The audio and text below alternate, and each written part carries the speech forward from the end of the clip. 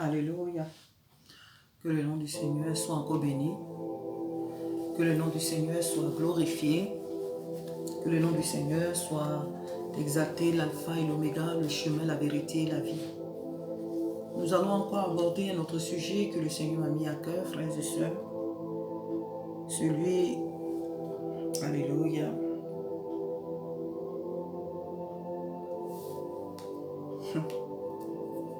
ce sujet est tellement, bon, je ne dirais pas qu'il est le plus important, mais il est, bon, je vais le dire quand même, je dirais qu'il est tellement important que vraiment je ne saurais comment, mais je prie que Dieu me donne les mots exacts, je prie que le Seigneur me donne les mots exacts pour pouvoir vraiment transmettre vraiment ce message que le Saint-Esprit vraiment m'a mis à cœur concernant le jugement de l'Église évangélique.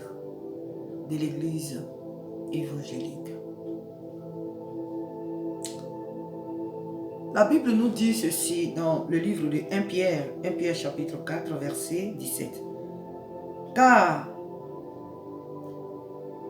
c'est le moment où le jugement va commencer par la maison de Dieu. Or, si c'est par nous qu'il commence, quelle sera la fin de ceux qui n'obéissent pas à l'évangile de Dieu? Alléluia. Alléluia. Qu'est-ce que le Seigneur veut dire par le jugement, sinon juger l'église évangélique? Bon, je dis l'église, c'est comme ça on appelle, mais je pourrais dire l'assemblée évangélique, parce que les évangéliques seuls ne font pas une église. On a nos frères méthodistes, on a nos frères catholiques, etc.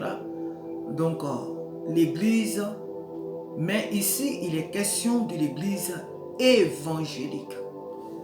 Pourquoi cette église? Le Seigneur me dit qu'elle sera, cette assemblée sera jugée sévèrement. Pourquoi? Bon, c'est vrai que dans le passage ici, lorsque nous lisons, il est question de toute l'église. De toute l'église, qu'elle soit catholique, protestante, méthodiste ou évangélique. Il est question ici de toute l'église. Mais je lis ce passage pour dire que le jugement sera vraiment terrible encore pour ceux qui ont reçu la révélation. Ceux qui ont reçu la révélation de Jésus-Christ et qui ont joué avec cette révélation, qui ont joué avec elle, qui n'ont pas su l'entretenir, qui n'ont pas su la transmettre, qui n'ont pas su la valoriser aux yeux de l'humanité. C'est de cela qu'il est question, mon frère, ma soeur. À l'église évangélique, nous avons reçu la révélation vraiment de la parole de Dieu. On a eu des hommes qui nous ont vraiment enseigné la parole de Dieu. On a connu le baptême du Saint-Esprit, le baptême de feu, le parler en langue, les prophéties. Tous les dons de l'Esprit de Dieu ont été révélés dans le milieu évangélique. Et c'est aujourd'hui dans ce milieu-là que ressortent toutes sortes de bêtises. Aujourd'hui. L'église évangélique aujourd'hui est la loge des cafards, des chiens, des serpents, des rats, et j'en passe. Les sorciers aujourd'hui ont fait leur nid dans l'église évangélique. Pourquoi? Parce que on n'a pas voulu valoriser l'Esprit de Dieu. On n'a pas laissé l'Esprit de Dieu prendre la place qui lui appartient au sein de cette église, de cette assemblée. C'est nous qui prophétisons. C'est nous qui parlons en langue. C'est nous qui avons les révélations des thèmes de telle ou de telle chose. C'est nous. Mais quand on regarde aujourd'hui nos églises, ce sont elles aujourd'hui qui font même fuir les âmes. C'est dans l'église évangélique qu'on retrouve aujourd'hui toutes sortes d'abominations. Il faut même parler en langue. Et j'en passe. Le Seigneur me donne ce message, frère, pour te dire, pour nous dire à nous tous, qu'il nous a donné la révélation pour que nous puissions faire son œuvre comme il le désire dans ce monde. Certaines églises sont devenues des églises comme ça, mais à l'intérieur d'elles, elles ont réellement abandonné le Seigneur. Mais à l'église évangélique, n'est-ce pas là qu'on trouve toutes sortes d'enseignements? N'est-ce pas là qu'on trouve les baptêmes du Saint-Esprit, les prophéties et autres? Et c'est dans cette église-là que tout est, il y a toutes sortes de dérapages, de vanité, et je ne sais, des abominations, et j'en passe, et j'en passe. Frère, vous voyez, là, je n'ai même pas de force et je ne sais vraiment quel est le mot. J'ai prié tout à l'heure, j'ai demandé au Seigneur, Père, donne-moi le mot qu'il faut parce que ce thème, tu me l'as mis à cœur, mais jusque-là, je ne trouve même pas de qualificatif. Je ne sais même pas comment qualifier aujourd'hui l'église évangélique. Elle a perdu comment on appelle cette église a perdu sa saveur. Elle a perdu sa mission aujourd'hui. Cette église a perdu la vision que Jésus lui a donnée. Elle a perdu son rôle à travers le monde. Oh oui, c'est vrai, il y a des pasteurs, il y a des véritables hommes de Dieu qui annoncent l'évangile avec vie, avec force. J'en vois ici sur les réseaux sociaux, c'est vrai. Mais nous sommes de ceux à qui Jésus-Christ s'est révélé pour que les autres églises, nous puissions impacter celles-là qu'il avait reçues au départ et qui l'ont abandonné. Nous sommes de ceux-là que le Seigneur s'est choisi, qu'il s'est mis à part pour pouvoir réveiller les autres. Jésus-Christ a dit quelque part dans les évangiles, les premiers seront les derniers et les derniers seront les premiers. On a l'impression que l'église évangélique va être la dernière. Parce que tout ce qui se passe aujourd'hui dans nos églises n'a rien à voir avec Jésus-Christ. C'est nous qui parlons en langue. C'est nous qui avons la puissance de Dieu. Mais nous ne faisons rien avec. L'église évangélique.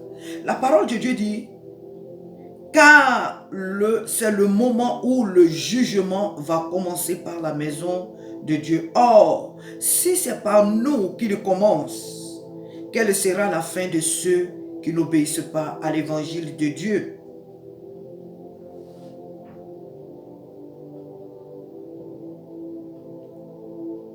Si c'est par la maison de Dieu que le jugement commence, quelle sera donc la part de ceux qui ne connaissent pas le Seigneur? C'est grave. Ça veut dire que ceux qui ne le connaissent pas encore, c'est encore plus grave pour eux. Mais, le Seigneur nous appelle, comme je l'ai dit dans la vidéo précédente.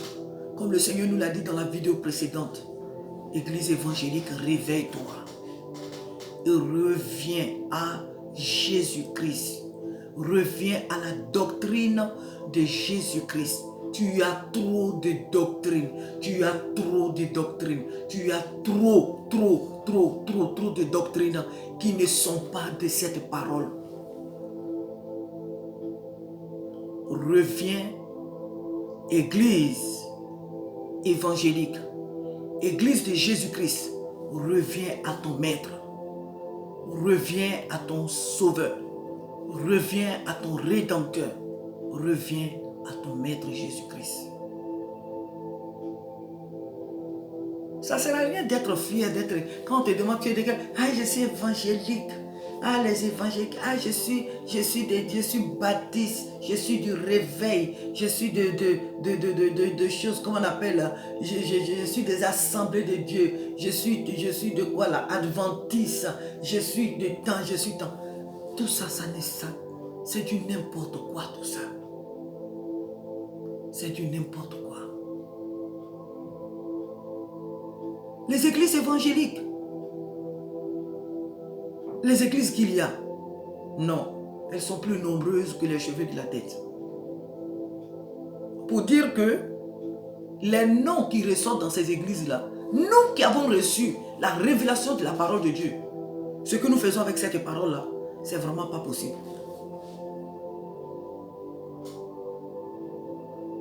C'est pas possible. Comment nous pouvons dire que les autres sont dans le faux? Comment nous pouvons dire que les autres sont dans le faux quand nous-mêmes là, nous y nageons nous-mêmes dans le faux?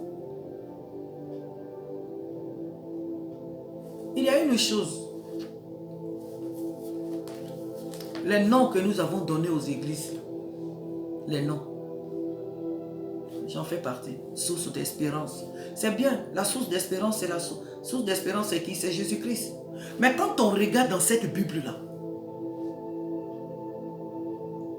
quand l'apôtre Paul écrivait, Église de Rome, Église d'Éphèse, Église de Corinthe,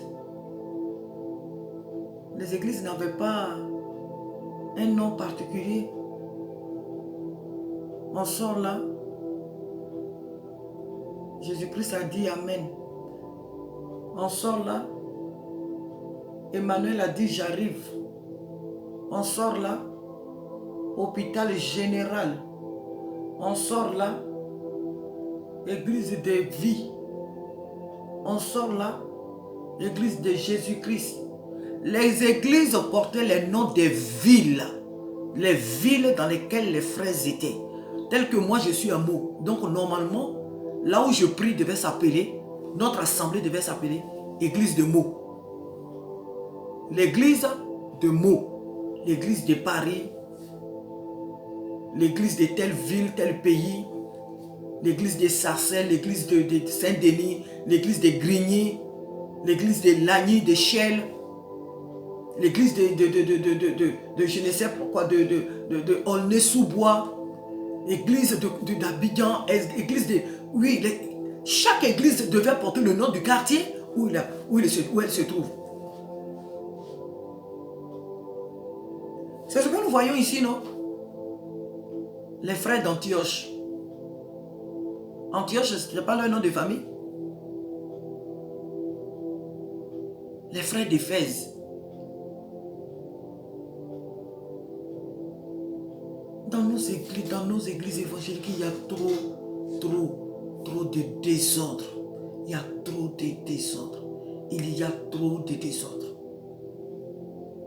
Et le Seigneur nous appelle. Le Seigneur Jésus nous appelle à l'authenticité. Jésus-Christ nous appelle à lui de revenir vraiment à cette parole. Qu'est-ce que nous faisons avec les prophéties? Qu'est-ce que nous faisons avec les parler en langue? Qu'est-ce que nous faisons avec les dons que Jésus-Christ nous a donnés? Nous faisons quoi avec les dons? Nous les avons et puis bon, on les a gardés en nous, dans nos maisons, on les a rangés peut-être même dans nos valises et on est là avec ces dons. Qu'est-ce que nous faisons des dons que Jésus nous a donnés? Qu'est-ce que tu fais avec le don que Christ t'a donné, ma soeur? Qu'est-ce que tu fais avec les dons que Jésus-Christ t'a donné par l'imposition des mains, peut-être même des anciens de ton assemblée? Qu'est-ce que tu fais avec ces dons-là? Tu fais quoi avec? Nous faisons quoi avec les dons que le Seigneur nous a donnés? Rien. Nous ne faisons rien avec ces dons.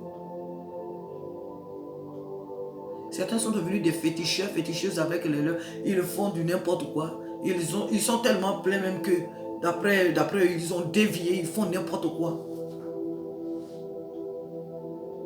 Le jugement commencera par l'église.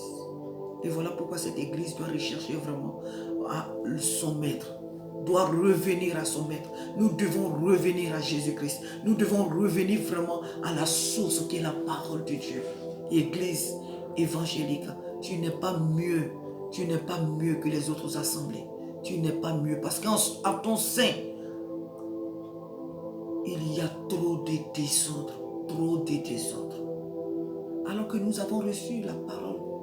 Nous avons reçu la révélation de la parole. Que faisons-nous de cette parole? C'est au milieu de nous qu'il y a les divisions. C'est au milieu de nous qu'il y a les querelles, les disputes. C'est au milieu de nous qu'il y a toutes sortes de désordre. Au milieu de nous. Quelle image donnons-nous? Quelle image de Jésus-Christ donnons-nous à ce monde? Quelle image de Jésus-Christ renvoyons-nous à ce monde? Le Saint-Esprit nous a équipés pour faire son œuvre. Qu'est-ce que nous faisons aujourd'hui? Les jalousies, les querelles, les disputes et toutes sortes de choses au milieu de nous. Parce qu'on est évangélique. Nous croyons que Jésus-Christ est venu dans ce monde-là pour des questions d'évangélique. Nous verrons des catholiques au ciel. Nous verrons des méthodistes au ciel. Nous verrons des églises même que nous n'entendons même pas dans ce monde. Nous verrons les frères de ces assemblées-là au ciel. Car le Seigneur Jésus a dit quelque part, ce ne sont pas ceux qui me disent Seigneur, Seigneur qui iront au ciel, mais seulement celui ou ceux-là qui font la volonté de mon Père qui est au ciel. Revenons vraiment à l'authenticité. Revenons, Église, à la source. Revenons vraiment à la source. Ne portons pas ce manteau d'évangéliste là. Évangélique, ça ne veut rien dire ça. Ça ne veut rien dire. Revenons vraiment à la parole.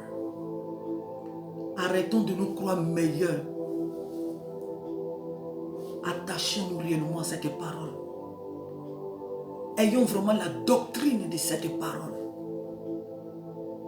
Marchons véritablement dans la doctrine de cette parole que Jésus-Christ nous a laissée, qu'il nous a donnée.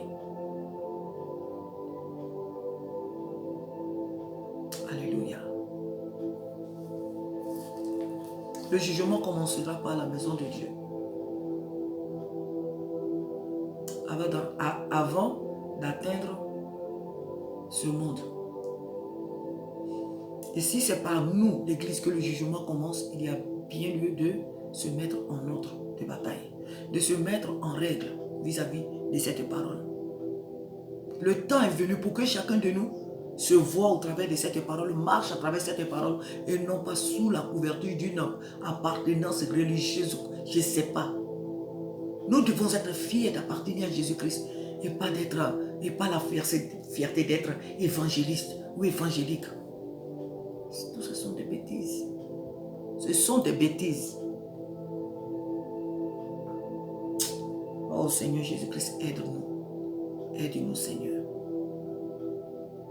Nous à qui tu as donné tous ces dons, Seigneur, aide-nous. Aide-nous, Seigneur, à marcher conformément à cette parole, cette révélation que tu nous as donnée. Cette révélation que n'a pas connue nos pères. Cette révélation que n'a pas connue, Seigneur Dieu, la plupart de nos pères qui sont aujourd'hui, qui ne sont plus de ce monde. Seigneur, donne-nous vraiment de marcher selon cette révélation que tu nous as donnée. Que le Seigneur t'aide. Que le Seigneur m'aide à revenir vraiment à cette parole. Alléluia. Alléluia. Que le nom du Seigneur soit béni.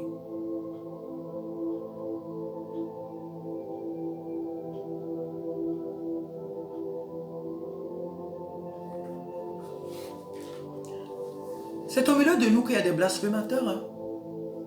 Des gens qui blasphèment la parole de Dieu, qui blasphèment même le parler en langue. C'est dans l'église évangélique que ça se trouve.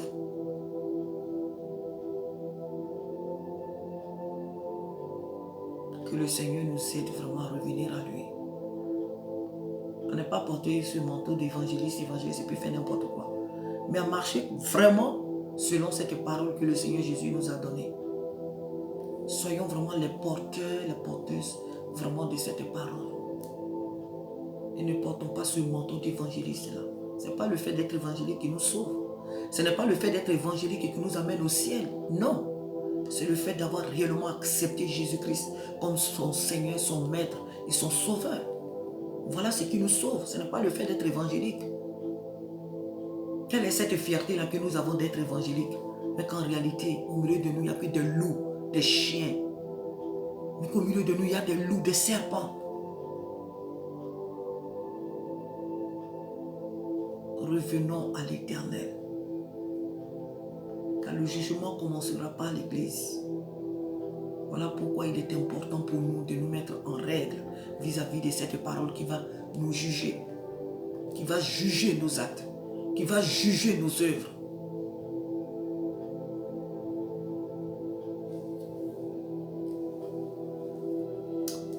Que le nom du Seigneur soit béni cet après-midi. Que le Seigneur nous aide à aimer aussi nos frères, à aimer nos sœurs qui ne sont pas de la même congrégation que nous et des mêmes assemblées que nous. Aimons-les, aimons nos frères, sachant que l'église de Jésus-Christ, elle est unique. Et si nous voyons que les autres font des choses qui ne sont pas bien, alors prions pour eux. Prions pour eux. Ne nous sentons pas, ne nous voyons pas supérieurs à eux, les connaisseurs que je ne sais pas quoi. Apportons-les devant le Seigneur. Prions pour nos frères qui n'ont pas encore totalement la révélation de Jésus-Christ. Prions pour eux, prions pour nos sœurs. Ne les banalisons pas, ne les méprisons pas, ne les ridiculisons pas. Prions pour ceux qui n'ont pas encore reçu totalement la révélation du Fils du Dieu béni et qui sont encore attachés à des doctrines des démons, qui sont encore attachés à des doctrines de séduction. Et ne nous couvrons pas de ce manteau d'évangélique-là pour dire que nous sommes meilleurs. Aux yeux de Dieu, nous ne sommes pas les meilleurs. Aux yeux de Dieu, l'église évangélique n'est pas meilleure. Celui ou celle qui est meilleur aux yeux de Dieu, c'est celui qui a accepté la parole de Dieu. C'est celui qui a accepté Jésus-Christ et qui marche conformément à sa parole. Voilà celle ou celui qui est meilleur devant Dieu. Jésus-Christ n'est pas venu sur la terre pour bâtir des religions. Les religions que nous voyons là, évangéliques, protestants, Jésus-Christ n'est pas venu sur la terre pour ça. Il est venu bâtir lui son église. Cette église-là qui reconnaît que Jésus-Christ est mort ressuscité et que lui seul est le maître de son église. Cette église-là qui reconnaît que Jésus-Christ est son maître. Cette église-là qui ne le renie pas. Cette église-là qui le valorise. Voilà cette église-là pour laquelle Jésus-Christ est venu sur la terre. C'est elle qu'il est venu sauver. C'est pour elle qu'il a donné sa vie. Alléluia. Que le nom du Seigneur soit béni. Que Dieu nous aide. On n'a pas marché dans cette mentalité-là d'être mieux, meilleur que les autres. Prions pour les autres si nous croyons qu'ils sont faibles. Prions pour eux. Si nous voyons qu'ils sont dans la mauvaise voie, alors prions pour eux. Ne nous voyons pas supérieurs à eux. Je vais m'arrêter là. Parce que vraiment les mots me manquent. Le Seigneur m'a mis à cœur d'apporter cette petite exhortation concernant nous en tant que les évangélistes. Jésus nous a tout donné. Jésus nous a tout donné dans sa parole. Et c'est au milieu de nous qu'il y a plus de désordre, des divisions et beaucoup de choses qu'on ne voit pas, même dans les autres assemblées, que nous croyons ne pas avoir le Saint-Esprit. Nous ne sommes pas unis. Nous ne sommes pas unis alors que nous avons reçu le baptême du Saint-Esprit. Nous avons reçu la puissance du Saint-Esprit. Nous ne sommes pas unis. Nous ne laissons pas l'Esprit de Dieu gouverner son Église, régner dans son Église, l'Église évangélique. La parole de Dieu dit que tu seras jugé, premièrement en tant qu'Église, tu seras jugé sévèrement. Que le Seigneur nous aide à aimer les autres, à aller vers les autres, à ne pas nous croire supérieurs aux autres. Jésus-Christ n'est pas venu sur la terre pour bâtir des évangélistes. Il est venu pour bâtir lui son Église, qui est composée des catholiques, méthodistes et toutes les religions que vous connaissez. Toutes celles qui ont accepté Jésus-Christ comme le Seigneur et Sauveur, quelle que soit leur faille. C'est une Église que Jésus-Christ a bâtie. Donc pour nous qui avons reçu la révélation, de ne pas avoir des idoles, de ne pas faire telle ou telle chose, nous qui avons cette révélation, nous devons prier pour que le Seigneur puisse les retirer de toutes ces choses qu'ils font et qui ne le glorifient pas. Ne nous voyons pas supérieurs à eux. Mettons de l'ordre dans nos assemblées. Par l'Esprit de Dieu, que le Saint-Esprit ouvre nos yeux pour voir ce qui va, ce qui ne va pas dans nos assemblées. Que le Saint-Esprit vraiment ouvre nos yeux encore davantage pour voir ce qui ne va pas dans nos assemblées et que l'ordre vraiment revienne, la crainte de l'Éternel revienne vraiment dans son Église. Alléluia. Que le nom du Seigneur soit béni parce qu'il nous aide. Il est là, l'Esprit de Dieu est là pour nous aider. Si nous l'invitons, l'Esprit de Dieu qui est là, si nous lui donnons cette permission, puisque Dieu ne viole pas notre volonté, mais si nous lui donnons cette permission d'œuvrer au milieu de nous, de se manifester au milieu de nous, que nous le cherchons, oui, le Seigneur va se manifester, le Seigneur va se glorifier et nous irons aussi vers les faibles pour pouvoir les relever par la puissance du Saint-Esprit. Nous irons vers ceux qui n'ont pas encore reçu la révélation pour pouvoir au travers de nous leur apporter cette révélation. Alléluia. Pour que toute l'Église soit vraiment une et indivisible, l'Église soit vraiment unie pour s'apprêter à la rencontre de son Rédempteur. Alléluia. Que le Seigneur soit béni.